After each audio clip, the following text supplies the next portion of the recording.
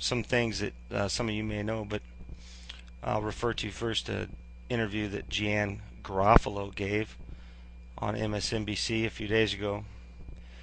And she referred to, in a sweeping generalization of anyone who attended one of the Tea Party protests around the country.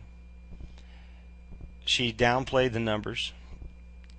She had no idea, but downplayed a few thousand instead of a few 100,000 or even close to 1,000,000. No way was she going to go there.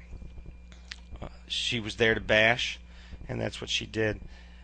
We were told in this sweeping comment that covered all of us that we don't know our history, especially anything about the Boston Tea Party, that we are all racist, that the whole protest is straight up about racism, about having a black man in the White House, and that we are all teabagging rednecks.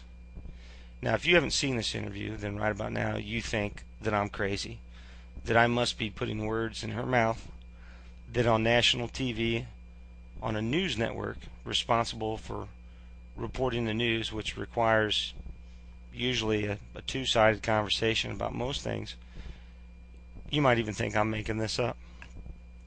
I'm going to do my best to put an annotation on this video to a link where you can watch it, because what I just said was verbatim. It was to the T the words that came out of her mouth. Now, what's more disturbing than this is that the news anchor who interviewed her, he didn't question it. He didn't call her out on it. He didn't ask her to provide evidence. He didn't have any comments along the lines of, well, gee, Miss Garofalo, don't you think that's quite a large generalization to represent every member of our citizenry that attended one of these protests as being a racist? No.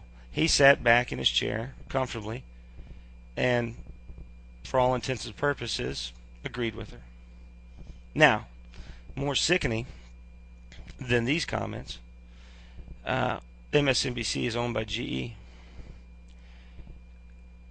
A man at a meeting with GE stockholders in the last 24 hours, 48 hours, I believe, stands up at the meeting addressing the CEO of the company about this event and asks if he has a problem with this.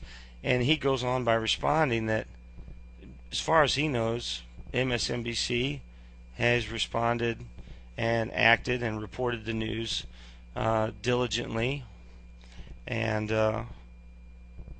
with a certain amount of morality. And the crowd is booing, and this is a stockholder meeting, and they're booing the CEO. Then they shut the mic off on the guy. They don't want any more of that getting out on TV. Now let's keep in mind GE owns MSNBC, and that right now, with some of the financial packages coming out of corporate Washington, D.C., they stand to gain billions. And here they are bashing the administratives, this administrative's, and here they are bashing this administration's competitors. Anybody who doesn't go along with what Obama and the rest of his administration are doing,